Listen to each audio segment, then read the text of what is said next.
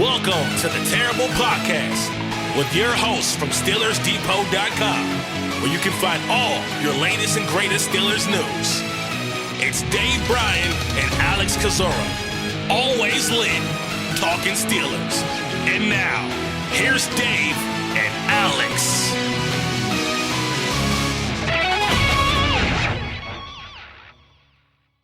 Welcome to the Terrible Podcast, Season 15, Episode 74. He's Dave Bryan. I'm Alex Kozora, SteelersDepot.com. Thanks for being back with us this Sunday. Steelers Nation, as the Pittsburgh Steelers continue their skid of the postseason, falling to the Cincinnati Bengals 19-17 on Saturday night. Pittsburgh now 10-7 on the season, guaranteed to be a wild card team that was really known before kickoff by virtue of Baltimore taking care of business and beating the Cleveland Browns. And so Pittsburgh will await their playoff fate, either going to Houston or more likely to Baltimore for the wild card round. So just a short show today. Dave and I wanted to kind of just check in, get and kind of vent our thoughts out about this game. We'll do a show on Monday as well with a fuller playoff picture. But Dave, welcome back. New year, more of the same Steelers.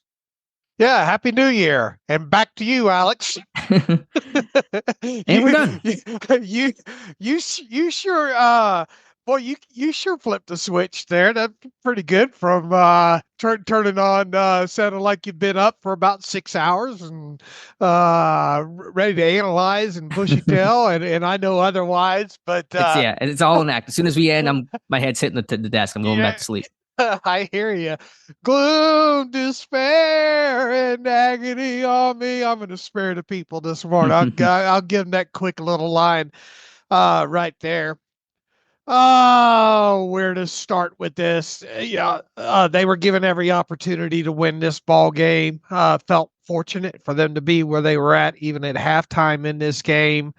You boil it down to the fourth quarter and a couple plays specifically, if you make a couple of more plays in this game, specifically maybe even the last two plays of the game. You hate to boil these things down every week to 5 plays. I think even, who was it? Cam Hayward or somebody during a press conference last night even brought up, 5 plays a game and you hate to continually do that. But I mean, if the Steelers make a couple other plays in this game, and obviously the Bengals on their side could say the same thing as well. They get out of there with a win. Not the prettiest really on both sides of the football, but that game was certainly winnable, especially considering how it looked, from really the second half and on, because it seemed like the Bengals were starting to get away from them for a little bit, and the Steelers climbed back in it. Obviously had the muff or turnover on the punt, which kind of helped things, and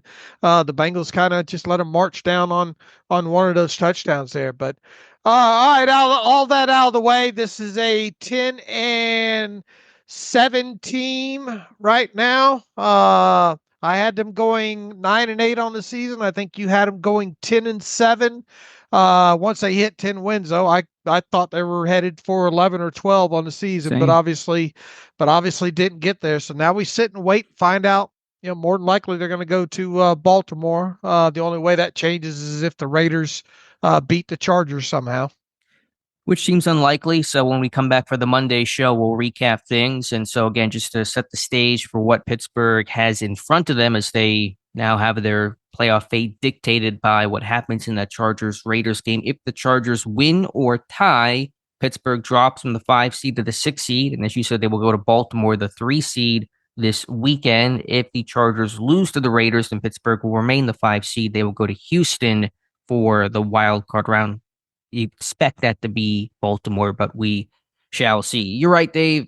This game, Pittsburgh made it ugly, which is typically their MO. They want to drag teams down into the mud with them, and they were able to calm down in typical Steelers fashion after a hot Bengals start and another slow Steelers start. And so you were in position to win that game. You had 2 possessions within the final 6 minutes, one instance down 19-14 in Bengals territory after the Connor Hayward fumble recovery off that punt that bounced off that Bengals player. And then 1917 with 2 minutes left on a 2 minute drill, situational football. I can't get that phrase out of my head, Dave, situational football, and how bad Pittsburgh has been in situational football this year. You talk about the third down struggles. You talk about the red zone defense collapse, although they did play well in this game to their credit. The red zone offense struggling consistently throughout the season. How bad Pittsburgh is in short yardage moments offensively, one of the worst in the NFL. 2 minute drills, not having success in those moments this year offensively and also defensively. Think about the Cowboys game, for example, marching down and winning that game, that kind of stuff. And so I just think about situational football for a team that's supposed to be tough and veteran and well coached, and Mike Tomlin. They are a disaster in those situational moments, and that was as evident as ever last night in Acrisure. Yeah, and look, give me some of those short yardage situations. I mean, if this team from third down, 4 of 12, 33%, and how many third and shorts did they not convert? 2 of 5 last night in short Yeah. yardage, third and short, I third mean, and you fourth short. just, and what did Mike Tomlin say at the half and at the end of the game? If you can't get 1 yard, you don't deserve to win the game. Well, there you go. Thanks for coming, folks. Yeah. It really is that simple. I mean, quarterback sneak, and you have all those, the way the defense is lined up in that, and you decide to go right up over the backside of your center, even though you got to take a look at that, just hit a gap, get the yard. Russell Wilson didn't do that. You follow that up with a fourth down play and to Jalen Warren, you didn't get it in that situation there. Yeah, situational football. About the only bright spot is they were 2-2 inside the red zone. The negative to that is they were only in the red zone twice. When it comes to that, 1 of 1 on goal to go situations. But overall, you ran 58 offensive plays, 3.3 average yards per game. You only possessed the ball 22 minutes. Is that their lowest possession for a game? No, Eagles game was worse, just over 20 Oh, minutes. Remember that, okay, where they didn't that's have the right. ball in the fourth quarter. But it's sad that somehow this is better than one other instance this year. Right. 16 total first downs in this thing. You the Bengals tried to help you in this game, and you just couldn't get it done. Boy, what a disheartening sequence of events from the 2 minute warning in the first half. That seemed like that took about an hour to get from the 2 minute Did warning to halftime there. What a damn sequence in there. You get an interception on a nice play by Patrick Queen, and then a ball obviously to Beanie Bishop, and gets the interception there, and you still can't manage to you had the short yardage situations. You're thinking, man, you got to absolutely, the way this game is gone, you got to get points off this turnover. I don't care if it's just 3 points. You got plenty of time on the clock. This is a perfect time to kind of reset this thing offensively. They obviously didn't, and not only that, they get the ball over on downs, and then obviously in enough territory for the Bengals to come down and get the kind of the original 3 points back, I guess, that they were going to get. So very disheartening aspect of that. Then obviously you coming out in the second half and you're thinking, all right, you feel not great, but pretty fortunate to be, at the score that you're at. And there, let's see if they can get this second half kickoff and move down the field. What do they do? 3 and out, so I don't know where you want to pick up from there. I will say this. I mean, say what you will about the defensive play. Obviously, not without warts, not without giving up a few plays in this game. If you look at some of these key stats that we've harped about for quite a bit here over the last several weeks, Alex, red zone, the Bengals were 1 of 4. Third down, they were 5 of 13. On fourth down, they were 0 and 1. They got 4 sacks in this game. They were able to get the football out a couple of times from Joe Burrow, and more importantly, they kept the score at 19 points. If you would have lined this side of that box score up along with a point total for me ahead of this game and said, okay, you can either take this or spin the wheel. I'm holding on 19, brother. I don't know Same. about you. No, I would too. You're right. The defense had their issues, but they calmed down. And the bottom line is they held the Bengals to 19 points, and that's one of the hottest offenses in football. And so it's hard to have a large view of this game and blame the defense with particulars to talk about as there always are in defeats. But this game is on the offense overall, and so many threads to pull. But I think just to really summarize and encapsulate this loss, I would just say both end of halves, at the end of the first half, end of the second half, where end of the first half off the Bishop interception, you get first or second and 10 to Pat Fryermuth in the flat. Should be an easy first down. He stumbles, he falls. Originally called a first down, reviewed. He's short. What's the correct call? So it's third and half a yard. And as you said, quarterback sneak. Bengals are letting Pittsburgh have it. There's nobody in the A gap to the left side. The bubble is wide open. There aren't too many moments where I seriously say that you and I could have done something on an NFL field. We could have picked up the first down there. Russell Wilson, comically, no idea how he's short. They call it a first down at first. They review it. It's short. Then 4th and 1 with a whole timeout fiasco kind of in between 10-second runoffs and all that kind of stuff. They can't convert with Jalen Warren, and the Bengals take over. They get 3 points and a 2-point victory. So that is just comically bad. And then end of the second half, we all know the errors there. I was watching briefly NFL Countdown this morning on Sunday, and Teddy Bruschi was saying that Pittsburgh had to be perfect on that final drive. They did not have to be perfect. They had made multiple errors and still had chances to get in field goal range for the NFL's best kicker having a historically good season. Where even if it's 60 yards, you're going to take the chance. I'm going to trust Paz to make that kick, and countless errors there, from sacks to completions for negative yardage to misconnections to Pickens downfield. Of course, Pickens had a horrific game. We'll talk about that. So Pittsburgh did not have to be perfect to win this game. They didn't have to be good to win this game. They just had to make like one or two plays and give me kind of moments. It was a real hold my beer kind of game where Pittsburgh is being given the chance to win, and they're saying, we're good. Even that final pass to Pat Fryermuth, I went back and looked at the end zone view. Yeah, it's right. And how far is he running with that? Yeah, just talk about that briefly. I think Pittsburgh has enough time to spike the ball if Fryermuth catches that. Right. I mean, because what time do you snap that ball at? You snapped it at 15 seconds.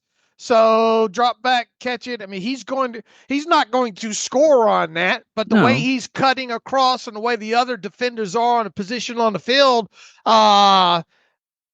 he's going to be across midfield. He's going to give you a chance at probably a 55 or 56, 57 yard field goal, right? Well, it's a question of, do you have time to spike it? He would have caught it with about, and I'm not watching the game here as I talk about this, with about 12 seconds, I think. He probably gets tackled with about 9. Can you get a spike off in 8 seconds? I think you can. Yeah, I think you can. We'll never know, unfortunately. Yeah, but we'll love to find out. Obviously, once again, you hate to boil these things. Yeah, I thought you just did a good point there. You removed the rest of the game and the final 2 minutes of the first and second half. The opportunities to make plays in those instances, and they just couldn't do it. Shot themselves in the foot there. You can even go back even one play before the Fryermuth. George Pickens, winning on the outside there, and not being on the same page, whatever you want to call it there, with Russell Wilson.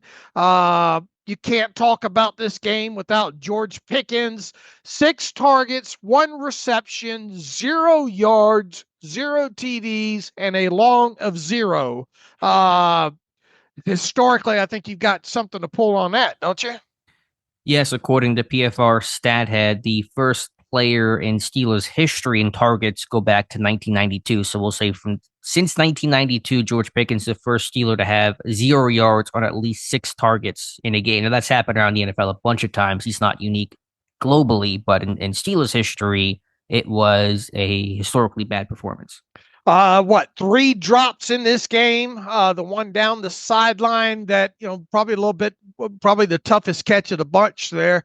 But still, I got a still shot of that this morning. Hit his hands, and those are balls that George Pickens normally catches there. And then, the two other drops, just, really, really hurtful there.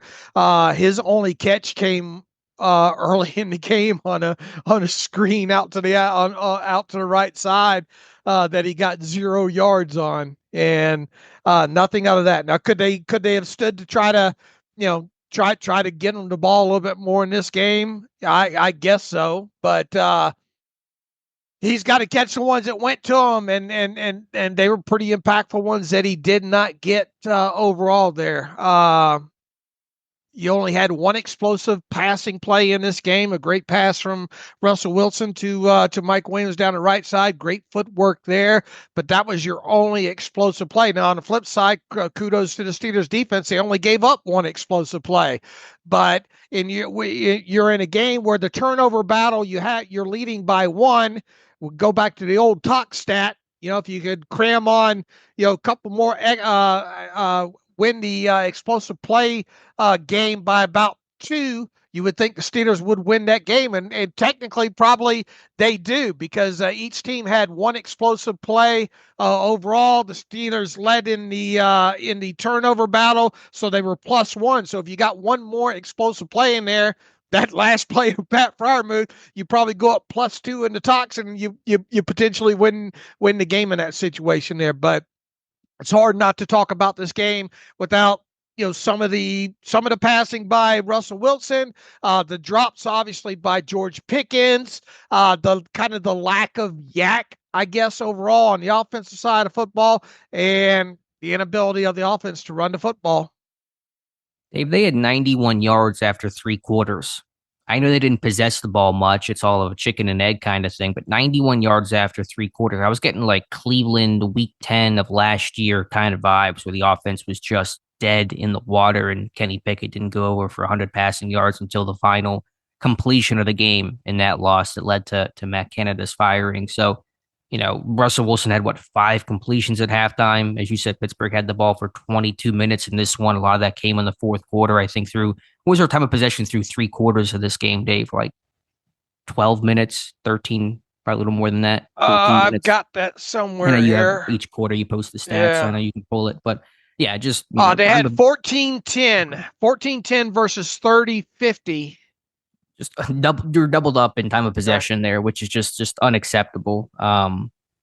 It's impossible to really begin with any particular point. Russell Wilson was abysmal. George Pickens was abysmal. So your quarterback and your best receiver are a mess. The run game continues to do very little. I thought Najee Harris had some moments of running hard, but still finished with 36 yards rushing. It's nothing to certainly write home about. Not to get too bogged down on any one particular play, but I really want to go back to that George Pickens play before the 4th down to Freiermuth on the final play of the game. That double move, it's a great call. It's open. You beat the rookie.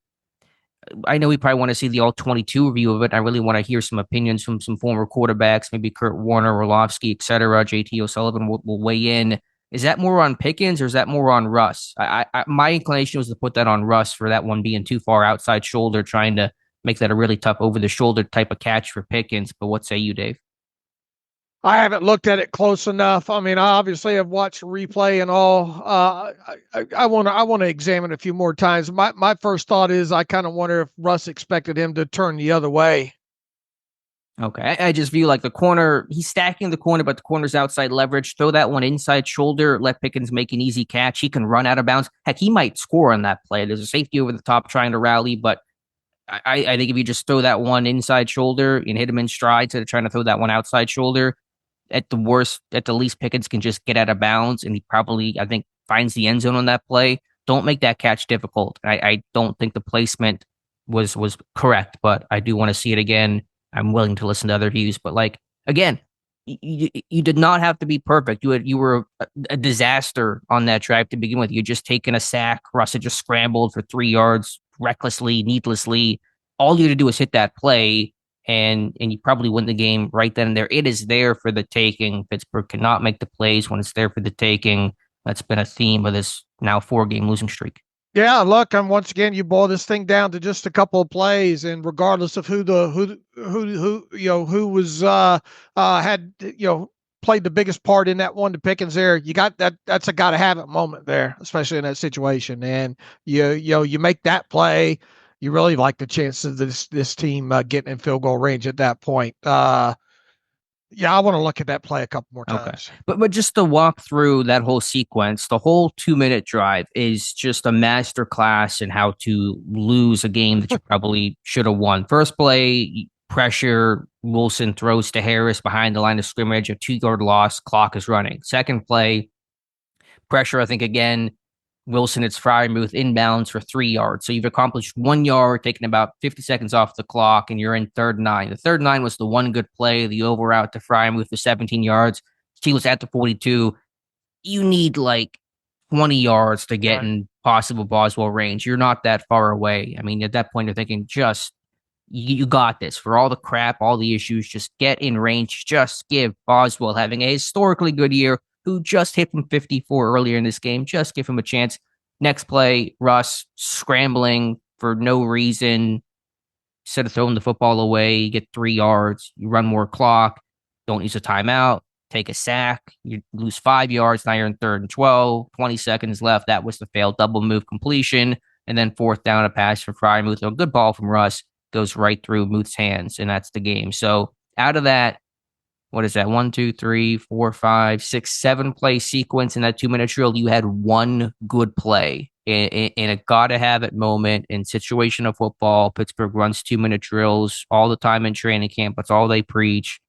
With how important this game was to Pittsburgh, you came up with one good play out of 7 in the weightiest moment of your season. Especially after having all this time off, you bitched and complained about having to play 3 games in 11 hours or 11 days or whatever it was. And then you come back and, okay, you get to lick your wounds. You get to work on some situational stuff on a little bit longer week here. And, and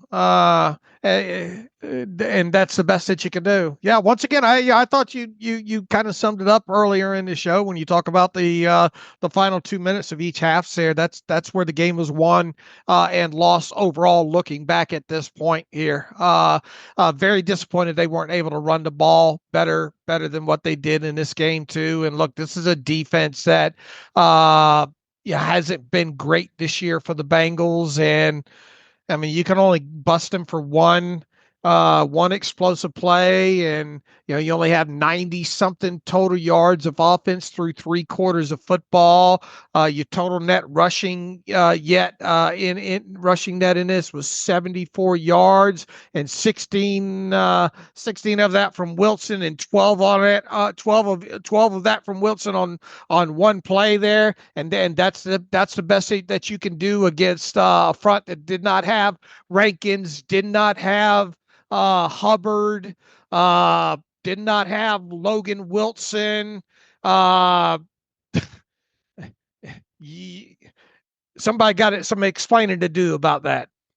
Your longest run was a bobbled shotgun snap that Russ had to just take off on. That was your best, quote unquote, best run play of the game. Let's just briefly reset, because I know we're all over the place here, and that's my fault. What happened going into this game from a health standpoint? Pittsburgh largely healthy, although cornerback Donte Jackson did not play with a back injury. So good call by you, Dave. You put him down as a projected inactive. There was even a report from Jerry Newlack that said Jackson would play. He did not. Corey Trice got the nod. We'll talk about how Trice was used in this game here in a moment. Other than that, inactive, surprising 2 defensive linemen did not get hats in this one, and Dean Lowry and Isaiah Loudermilk. Preston Smith did dress, picked up a sack in that Bronco package. So just kind of housekeeping there. Injuries in game. Najee Harris was checked for a concussion. He returned. He should play for the wild card round. Mason McCormick did not finish with it. Was it a hand injury? Not sure the circumstance there. Spencer Anderson finished out. Tomlin did not have an update on McCormick. Post game, we'll hopefully hear from him here in a couple of days and get an update on that. So those are the 2 in game injuries. Harris again, okay. We'll see on McCormick. The only surprise on the inactive list was Loudermilk, as far as I'm concerned. I thought they'd put Preston Smith down again, but I guess if you think about it, they probably guessed and guessed rightly that Chase Brown wasn't going to play in this game. They probably knew the Bengals were going to have to throw.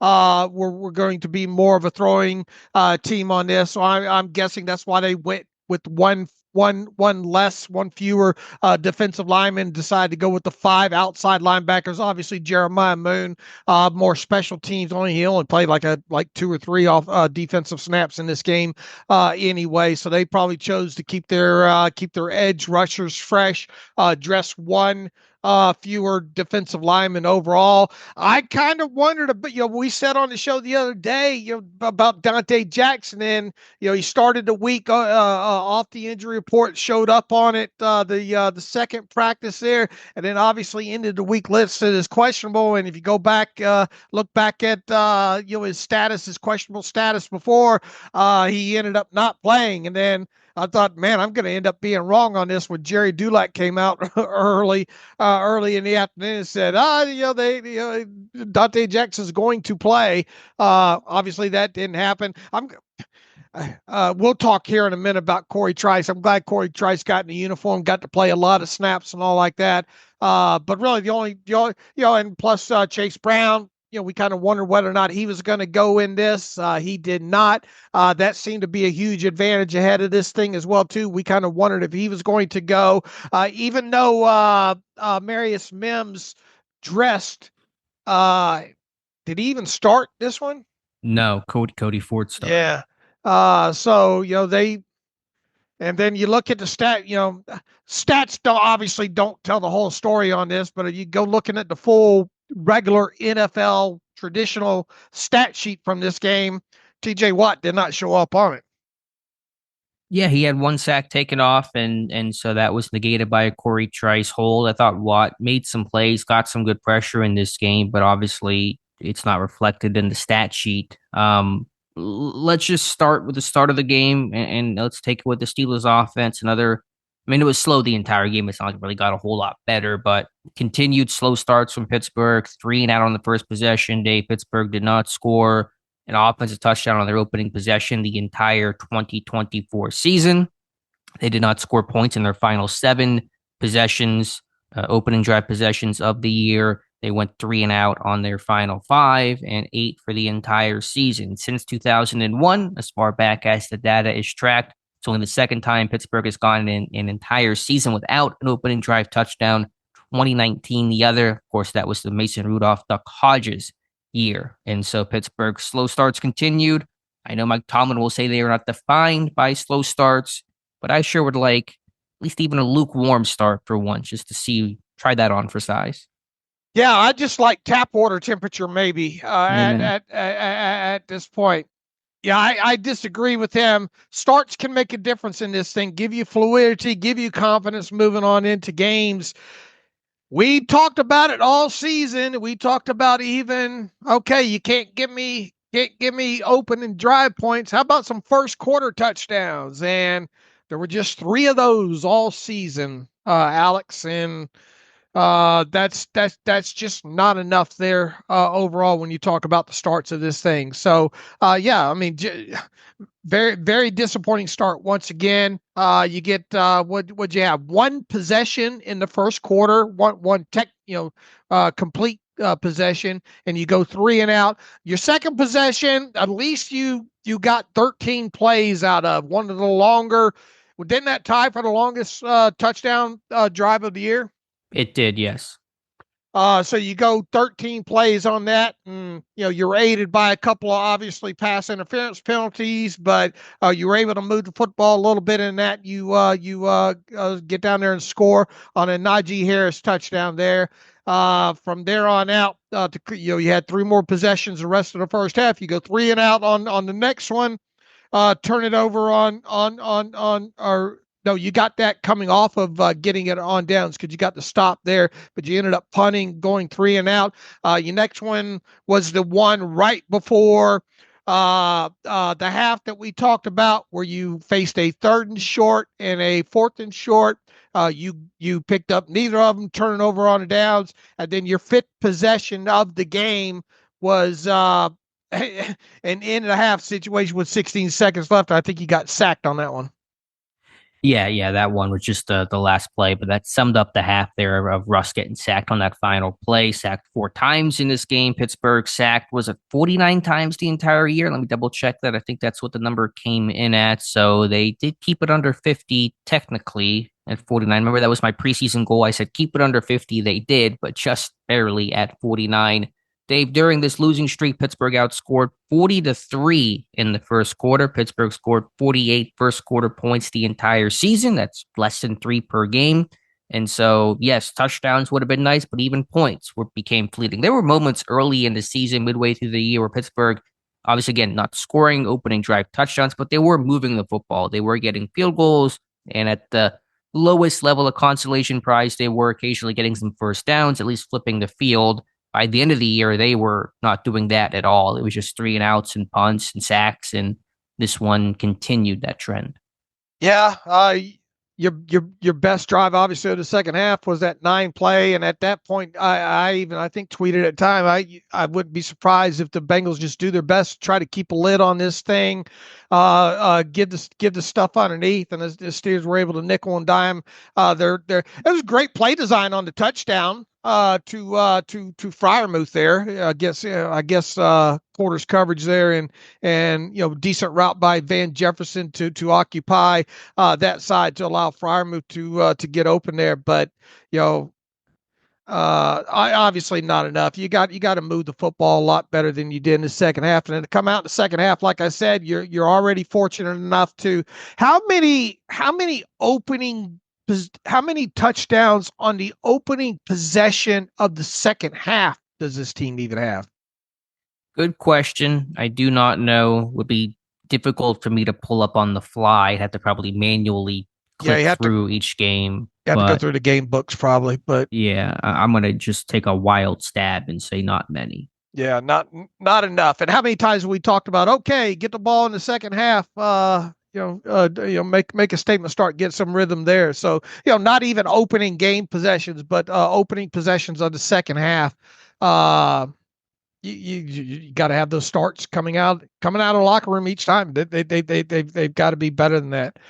And then even on the 13-play touchdown drive, you get the ball in the end zone. That is great. It was a big answer, but even then, it was not a good drive. They were bailed out by some DPIs. The first one in Freiermuth was definitely a good call. The second one, probably the right call. But again, I mean, Pittsburgh's offense just became the old Flacco offense. So let's chuck it up and hope some good things happen. That's all the passing game became, and they got a couple of flags to go their way. So that's all it was. Even that drive, again, you're happy to score there no matter how you score, but it was not a good drive, objectively speaking, by the Steelers offense. Agreed, but at least I got it in. Yeah, that is true. And it was a tough sledding. Pittsburgh scoring no more than 17 points in their last 4 games over this losing streak. They did not score more than 17 points in any game, and that has not happened. And this stat shocked me, Dave. I'm rarely shocked by a stat, but this one shocked me. The first time Pittsburgh has gone 4 straight games at any point in a single season, not just at the end, but any point over a 4-game stretch in a season in which they did not score 17 points since 2003. It's the last time that happened. It did not happen in the Matt Canada era, not the Randy Fiedler era, not the Todd Haley era. 2003, last time Pittsburgh won 4 straight games, being held to no more than 17 points. So talk about rock bottom for this Steelers offense. Yeah, not great, Bob. 4-12 on third down in this game, 3.3 average yards per game. At least they only turned the football over once in this game, and that was punt return by Calvin Austin, and at least they were able to rebound from that, right? Only that held was the Bishop interception. Right. On that 22 minutes of possession time. Your defense once again is now, had to be on the field. Boy, you've gotten the short end of the stick. You and Tom need to flip roles here as far as charting and all like that. Defense on the field for another 71 plays. And then now you figure the Steelers' first playoff game will be on a Saturday more than likely. It would be a great benefit if it was on Sunday, but coming off of a 71 play performance once again, this defense has been on the field quite a bit, through these final 4 games at least. So, all right, let's talk about the defense a little bit. Well, I just have one other thought here for the offense, and we'll have to watch the L-22, but it really felt like the Eagles game put the blueprint out on Russell Wilson about how to beat him. Mixed coverages, rotate things post-snap, confuse him, and really force him to hold the ball, which drops his eyes, which has him starts bailing on pockets, cutting down half the field and making mistakes. I thought the Eagles game was a good example of that. What Vic Fangio, the Eagles DC, was able to do has really been a blueprint, I think, copied by other teams. And I know the Bengals play a variety of coverages. They throw a lot at you. Luan removes a good DC, but Russ did not see the field well in this game. Obviously, he missed stuff downfield. He dropped his eyes. He took bad sacks.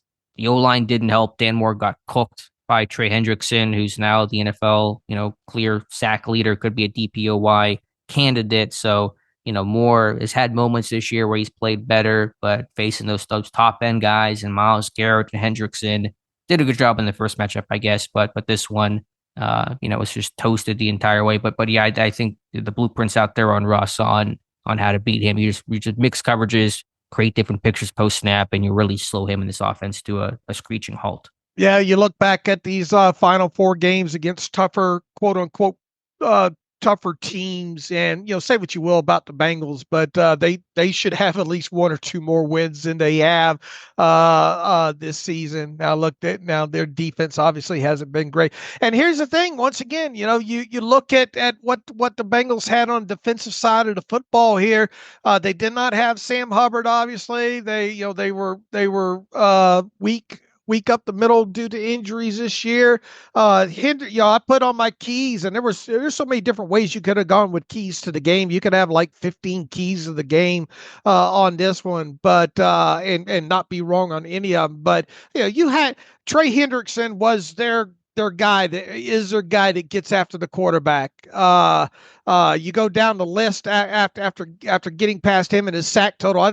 They came into this game with 30 something sacks, and he had damn near half of them on the season. So just don't let this guy make plays against you. Do everything that you can to keep him away from Russell Wilson, and they obviously couldn't do it. Kind of remind you a little bit about Myles Garrett, in that the first meeting, I think, between the two teams there, just not doing a good enough job chipping and getting extra bodies on him, and in one-on-one situations, not getting wins. Russ, last four games specifically, it's gone downhill with him. We knew what the MO was him on anyway, as far as middle of the field stuff. Heck, they pointed that out, as you pointed out in the Hard Knocks thing. It's middle of the field, past 10 yards, more than likely, are areas he's not going to attack. He'd much rather attack the edges,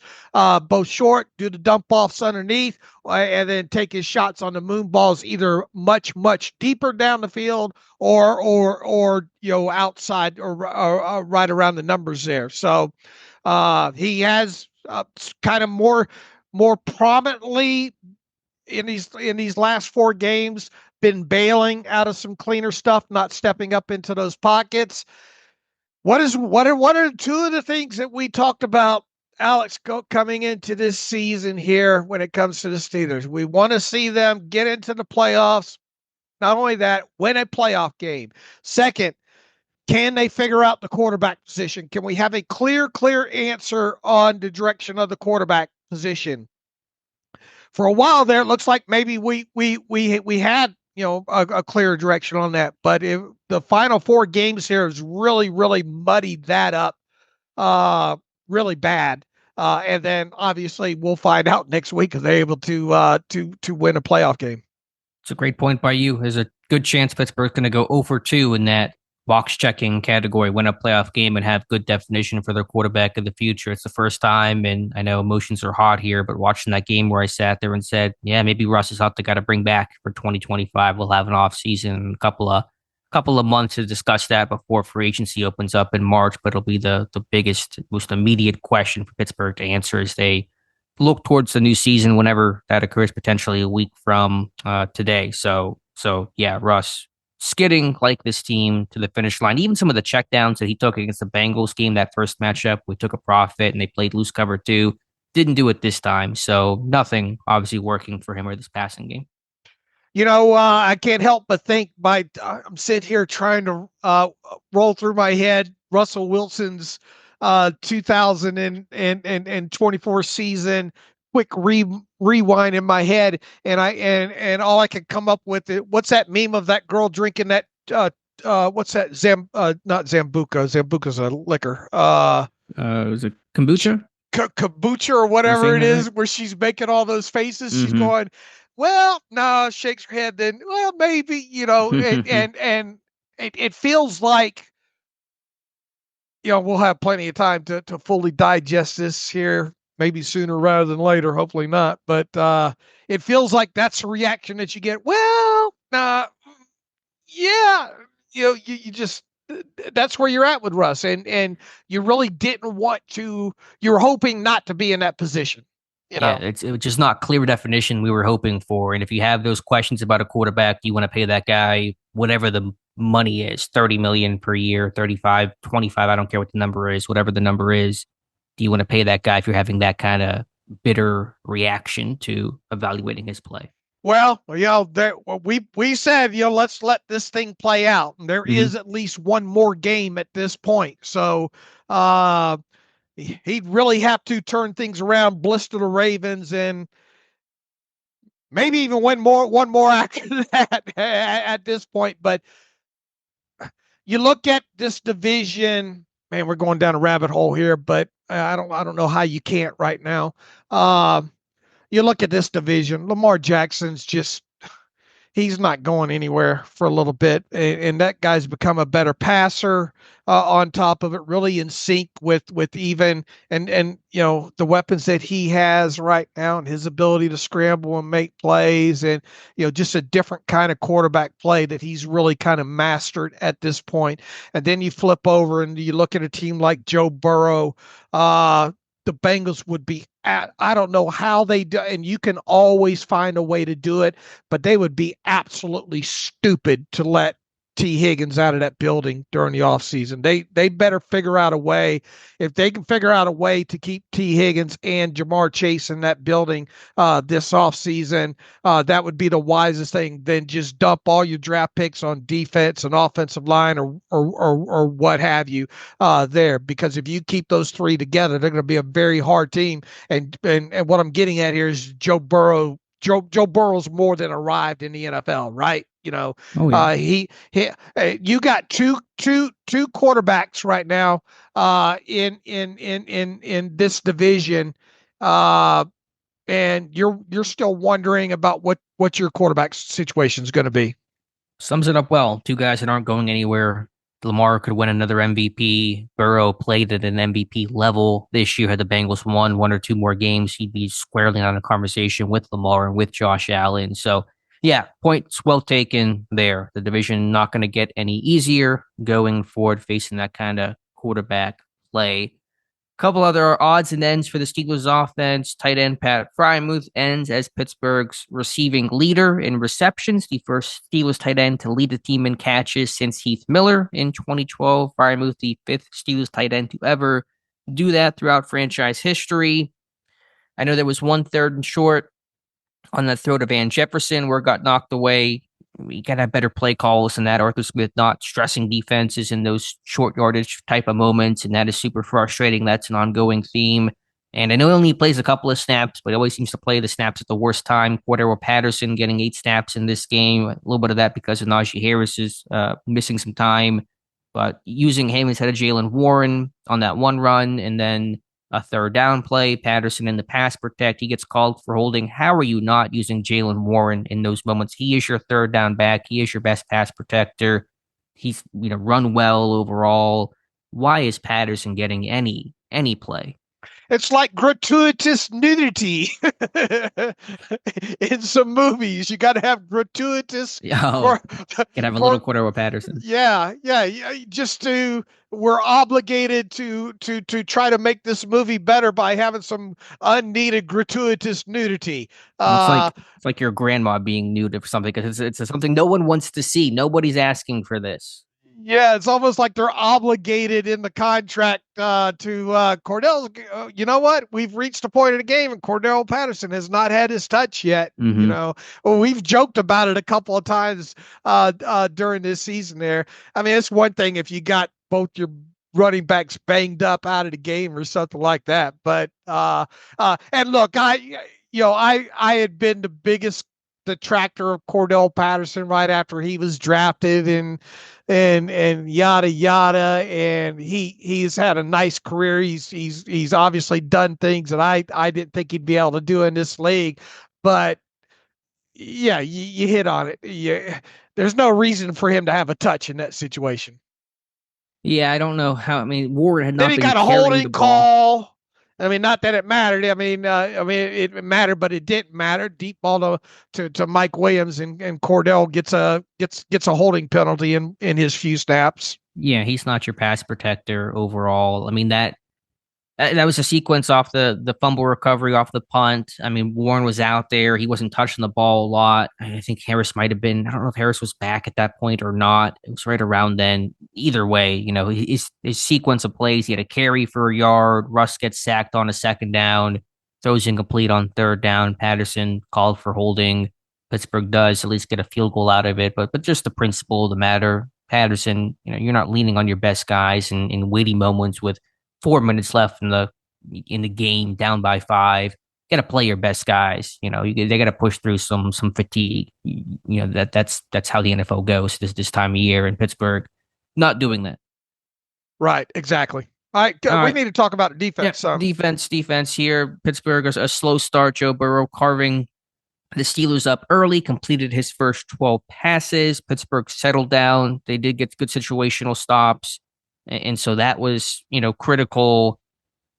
What is your first thought when you think about the defensive performance from this game, Dave? I think you First thing rolled comes back. to mind. First thing that comes to mind is them holding the Bengals 1-4 in red zone. That's the first thing that comes through my mind. Okay, I would say that, and also the communication was better. There weren't the busts, and so that was at least one small thing to take away from this game. Defensively, Pittsburgh seemed to be tighter and more cohesive, but Joe Burrow still had, of course, success. And you're not going to play that offense without them moving the football. You're just not with now here's the thing, people, the rebuttal to this. Okay, they did not have Chase Brown, and Herbert for the most part I thought played pretty decent for them in the backfield, even in some pass protection situations there. And then I guess the other factor would be is T Higgins was not 100% of in this game, and ended up, did he even play the fourth quarter? Did not, don't believe he finished the game. Right. So, that would be one counterbalance there. But I can't help but thinking, going back to, and I put this on Twitter, early this morning, if you would have given me some of these key stats prior to the game and not told me how things went, since then, I would have taken a lot of them. 19 points on the board. What do we say? 1 of 4 in the red zone. Third down, they had them at, where is it here? 5 of 13? Is that right? They kept them at 4.4 average per game. They sacked Burrow 4 times, I think, in this game. Mm-hmm. You scroll down at some of these other stats here. 0 for 2 in goal to go situations. The Bengals were. They were 0 for 1 on third down, 5 for 13 on third down, 38%. Yeah, you show me that ahead of the game, I'm taking it. Now, did it look as pretty overall, especially early? The Bengals drove right down the field. Obviously got on the end zone in there. What did you think about the touchdown to Chase? You have 4 over 3 on one side. You have Sutton coming off of the other side, and then you trying to give Corey Trice a grow up moment to go 1-on-1 with one of if not the best wide receiver in the league? Yeah, let's talk about that because there's a couple different things that hit me when I think about this defense. Positively, the red zone defense holding the Bengals to 19 points overall, tightening up communication, but there was still negativity. It didn't feel like a dominant performance by Pittsburgh's defense. And I think there were certainly some things to question with the game plan, starting with Corey Trice. And so Pittsburgh, when Higgins was available in the game, Joey Porter Jr. was on T. Higgins throughout most of the game, similar to how it was in that first matchup. And so that may seem strange because you sit there and say, why not put your best corner on their best receiver?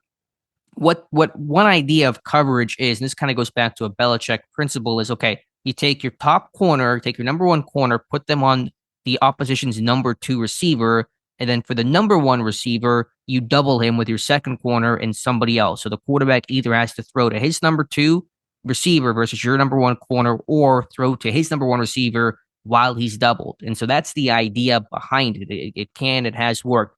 The problem was Pittsburgh didn't double Jamar Chase. It didn't give Trice the help necessary. And the touchdown is a great example of it, where it's single high. Elliott is shifted and shaded over to the trip side. Trice outside leverage one-on-one. Of course, he gets beat inside and gives up the touchdown. So there just wasn't the help required to aid a young corner in his first career start. And of course, he got cooked. So Trice did not play well, but it's like, can't blame the guy who expected Trice to play well in that matchup against Chase, singled up so often. Yeah, and they singled him up a bunch throughout this thing, almost like go get him, Tiger, you know? Yeah, what is the rationale behind that? Now, maybe there's some stuff over the top we can't see. They did play looser coverage to try to keep things underneath, but still, I mean, Trice was put in an impossible situation. Here's from Next Gen Stats after the game. Corey Trice Jr. matched up against Jamar Chase on 32 of his 50 routes, 64% shadow rate on Saturday night, including 30 of 38 routes, which is 78.9% when Chase was aligned out wide. Chase was targeted 9 times with Trice as the nearest defender, hauling in 8 receptions for 80 yards and a touchdown on those targets. Where is the rest of it here? Chase was only targeted 5 times with any other Steeler as the nearest defender, catching 2 of those targets for 16 yards. Yeah, I don't get it. The only time Pittsburgh changed that is when Higgins went out of the game and they finally put Porter on Chase just because, okay, well, let's put Porter on Chase. There's no other receiving threat. So I don't understand the game plan there. That is, to me, coaching. You have to put players in positions to succeed. Pittsburgh didn't, and that's a direct failure of coaching. Right. Well, it was overall, how did you think Trice played? I mean, not well, but again, I can't blame the guy for not holding his own in his first start. You know, what is this, game number 6 in his career against Jamar Chase? He's a Triple Crown winner and leading the NFL in receptions, receiving yards, and touchdowns. So not really knocking Trice too much for this. I think you knock the coaches more than you knock the player. Right. What do you think?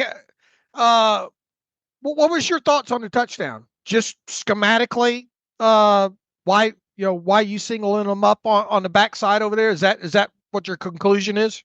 Basically, I mean, if you're going to single up, you can't play outside leverage and give the entire inside. You know, I know they're isolating the matchup. They're running 3-by-1, and so Chase is backside, and so it's tough to play. Pittsburgh did bring a blitz on that play, and so I think maybe some of the blitzing was one reason why they couldn't double as much as they wanted to, because when you send, 5, it's hard to double guys necessarily. Otherwise, you're playing really, no deep help kind of coverage. But yeah, why they blitz Cam Sutton so much, and I'll have to check the charting. I don't think they have one success off of a Cam Sutton blitz this year. You had the Chiefs game where he got a pressure and then a call for roughing the passer on Mahomes, and they were really sending Sutton off the corner, and he's just not that type of guy. But they really wanted to establish that, and that happened on that Chase touchdown too. And it just is really fruitless. You're just deleting a coverage guy, creating single coverage for no benefit. There was some positive with him. Not that we didn't know it, but we got a larger subsection of a larger section of snaps with him. He's physical. He will come up and tackle. Had a good run stop in the first half of this game. Just a physical overall player. He just you don't know enough about him though. I don't think at this point to say that he can be the guy opposite Joey Porter Jr.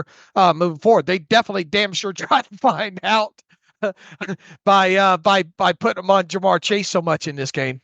Yeah, I think Trice has physical tools. Like I'm not giving up on Trice just because of this game. Again, who would have expected him to succeed in that matchup? But it is a real throw you into the deep end of the pool, never being in the water before kind of a thing. And so that's to me just reflective of poor coaching. Right. What else here defensively? I thought Queen played okay overall in this one. Cam Hayward, I mean, once again, we're talking about Cam Hayward being a bright spot. All those bat downs, you got a stat on that. Plus, I mean, it'll be an absolute criminal situation here if this guy is not first team All Pro. Yeah, he deserves to be. And I don't have play with the flu the too. Stats more right. Yeah, it was a flu game for Cam Hayward. Hopefully that bug does not start going around the locker room. Last thing Pittsburgh needs right now. Hayward said he started getting sick on would have been Friday evening. He had 3 pass deflections. He's the first defensive lineman, 3-4 DN or interior D lineman, not a 4-3 end to have at least 10 pass deflections in a season since JJ Watt in 2014. Hayward finished with more. He now has 11 on this season. I don't know where that stacks up in recent history, but it's just a really like those things are not accidents. You don't accidentally work your way to 11 bat downs in a year. You have to understand situational football. And one great example of that is on that 4th down that the Bengals failed on. Burrow's trying to hit. I think maybe Gesicki over the middle on a quick slant, and Hayward knows the situation, knows the ball's coming out hot. He's not going to get to the quarterback, so get your hands up, get your hands in the throwing lanes, and knock that one down. Just really strong situational awareness of what that moment is. It's not just as Tomlin says, not a lightning strike when guys make those kinds of plays. And so Hayward, they put Volson back in at left guard to shift Cody Ford out to right tackle, and Hayward has always owned that poor Cordell Volson and just that one bull rush on the play that Burrow got dinged on. I mean, just that patented strength that Hayward has had. So it's a Pro Bowl season, already established that it's all pro. It should be. It'll be a crime if not. And Hayward still brought it despite playing with the flu.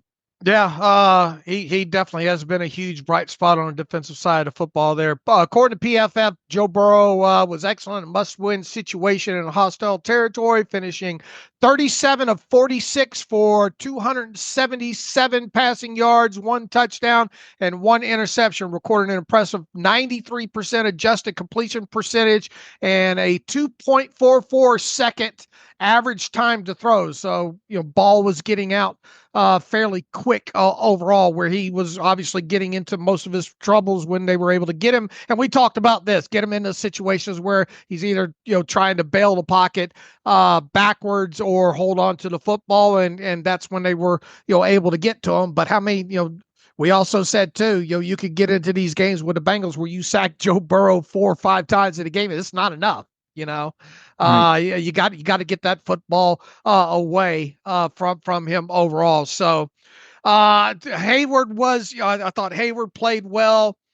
Elliott, I thought, played well overall. Deshaun Elliott, Porter, I thought Joey Porter has some good snaps overall in this game, but Patrick Queen I talked about. I'm trying to roll through my head anybody else on it. I mean, it was good to see Keanu Benton. Boy, what a timely first sack of the season for him. I thought he would have had like 5 sacks this season. Me too. To be honest with you, he almost did. He leads the league in almost sacks. It feels like, and that's become his MO, right? Finishing plays.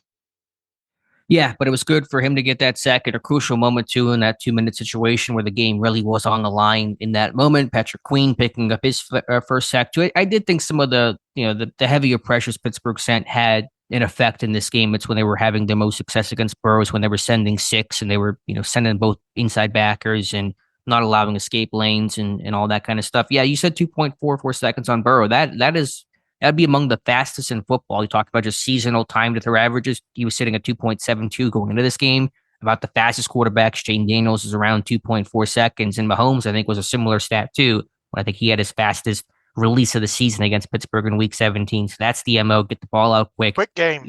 Yeah, neuter that rush and make sure it does not become a factor overall. Burrow was chewing up zone coverage early. Pittsburgh played a lot of zone, it felt like, early in this game, and Burrow was seeing it well to Gesicki and spreading the ball around to a bunch of guys.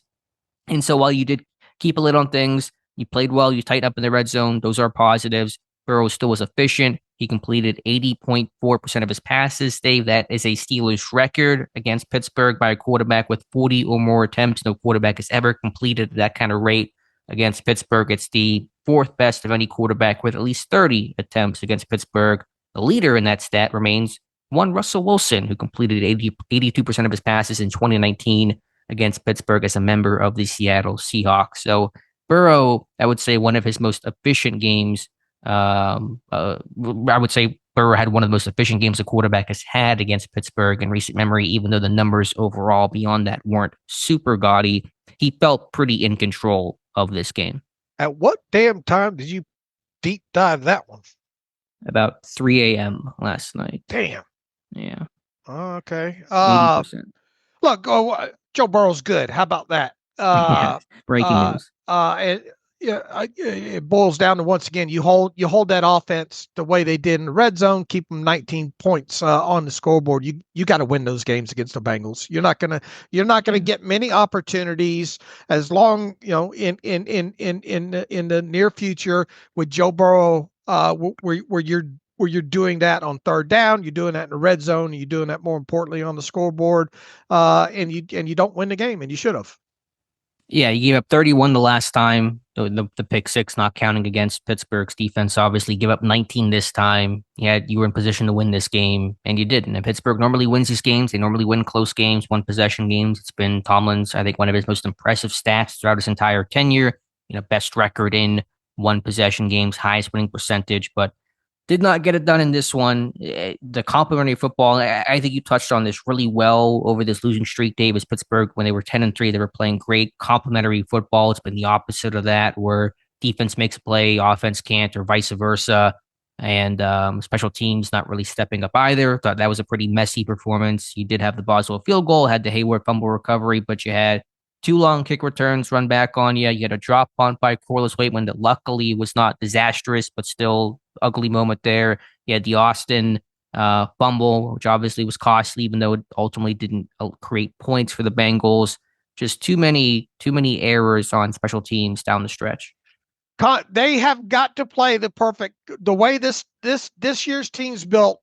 They have to play the perfect complementary game in all three phases to come out of the stadium. It's not like one side can dominate overall for them, especially against the better teams in the back half. And we knew in going into this, the back half of the schedule, yada yada, the AFC North run, and then to close out the season against the teams that they closed out against was going to be tough there. But in all four of these last four games, they would have had to play perfect complementary football in all three phases to win any of them, and they didn't, and they lost all four of them. See, Go ahead. I'm sorry. Finish with that. I disagree a little bit.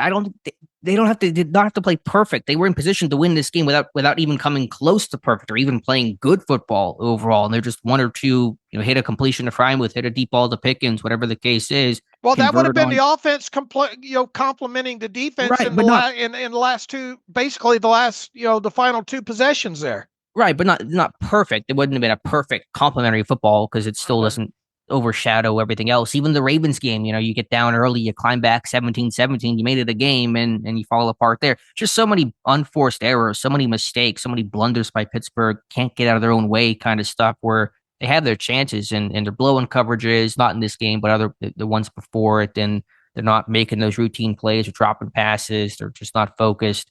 I don't know. I get your point overall. Bottom line is it's not been complementary football, but I think to say they had to be perfect, at least in this game, they just had to be not miserable, and they were miserable in this game. Okay, fair enough.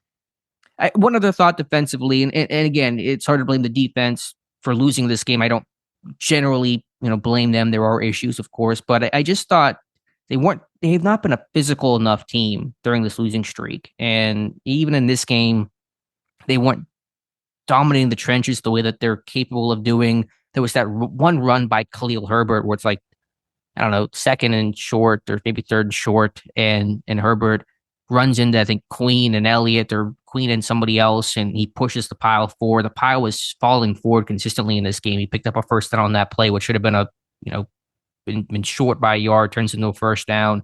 Pittsburgh, I thought even Troy Aikman made the point, and we discussed this, I think, during the Ravens game. Pittsburgh's body language defensively is just really poor. The energy's not there. The attitude's not there. The chip on their shoulder's not there, even early in games where it's not like it's a blowout and you're losing late. I just think Pittsburgh has had some really piss poor body language, which is just reflective of the team not bringing their physical A game. Agreed. Mop us up some special team points here. Yeah, like I said, too many mistakes. I mean, you had the two long run backs, I think both past the Bengals 40-yard line. You had the Austin fumble, which he wasn't holding the ball loosely. He had it secured, but got to hold on to the football. It's just the bottom line there. What other issues were there? Special teams. There was one other I thought I was missing that I mentioned earlier. That punt. Punt. From Wakeman, that the snap and all like that. Yeah, I mean, that one, again, did not end in disaster, but Waitman still averaged like 42 yards per punt. He's not been great down the stretch either. So, besides Connor Hayward and Boz, you did not have your special teams impact. Right. All right. I think we probably should wrap this up. We said we'd do a shorter show, and here we are doing a longer show. So we'll come back on Monday and recap exactly where Pittsburgh is at playoff wise.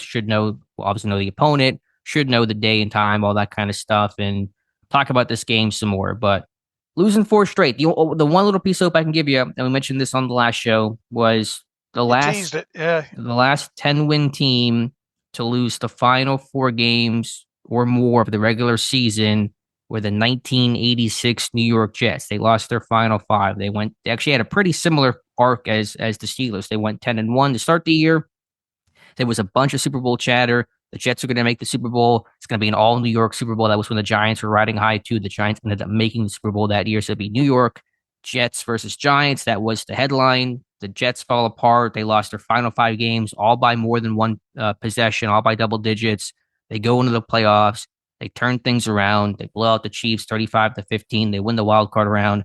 Almost win the divisional round. They collapsed late against the Browns. It was a roughing the passer call on Mark Gastineau that turned the tide there. So if you want a piece of hope, I know nobody does, but if you want one piece of hope, look towards the 86 Jets, a similar team that turned things on in the postseason and rebounded after a 5-game skid. So you're saying there's a chance? Just about as much of a chance in Dumb and Dumber. Yep. So, and if you're going to Baltimore, it's going to be tough. Going to be a challenge. Tough. Go Raiders. And look, that Harbaugh is going to have all the incentive in the world for several reasons to win this game against the Raiders, with the top one being not have to face his brother in the first round of the playoffs. And probably, unless the two teams were, I guess the path would more than likely be the only time we get a repeat of the Harbaugh Bowl would be as if they met in the AFC Championship game, right? If I hadn't worked out all of the possibilities, but that's probably true. I'm just gonna hope that Harbaugh, he's kind of a crazy guy. He's like, let's lose this game because I want to face my brother in the playoffs. I want to have that moment. So let's just hope. The Chargers are not resting anybody, right? They're playing this thing. Oh yeah, keeps, correct. I would think so. I assume so. I just hadn't checked in on their status, so that'll be a 4:25 game, and yeah, we'll assume the Chargers win that game. The Raiders have. What was the matchup? What was the result of the first Chargers-Raiders game this year? I'm going to guess the Chargers won. I don't know the score. The Raiders they're not quitting. They were playing. They opened the season against the Raiders, and the Chargers won 22-10. Okay, so it's hard to really dictate. That was such a long time ago. So we'll see if they win or if they tie. Pittsburgh's going to Baltimore. All right, we have the Steelers 2025 opponents. We knew who those would be right after the Ravens game ended. So those obviously have been up on the site if you want to go check that out. Most of those teams were already known due to the league's rotating schedule. The only thing we did not know was 3 opponents based on order of finish within division, and obviously we know those now as well. So if you want to check those out, they'll be on the site. We'll have obviously content going up on the site all throughout the day on Sunday, and Alex and I'll be back. The All 22 hopefully will drop later this afternoon, and we'll go over where the Steelers are going and more of the tape on Monday as well. So didn't mean this to be as long of a podcast as it is, but you know how we are. So in the meantime, you can follow me on Twitter at Steelers Depot. Follow Alex at Alex_Kozora. Follow the show at Terrible Podcast. Email the show, theterriblepodcast@gmail.com. If you like what we do and want to donate to the cause, SteelersDepot.com. Hit the donate button. Also, if you like an ad-free version of the site, SteelersDepot.com. Hit the ad-free button. Follow the directions that way. So for about 24 hours from now, thanks for listening to the Terrible Podcast with Dave and Alex.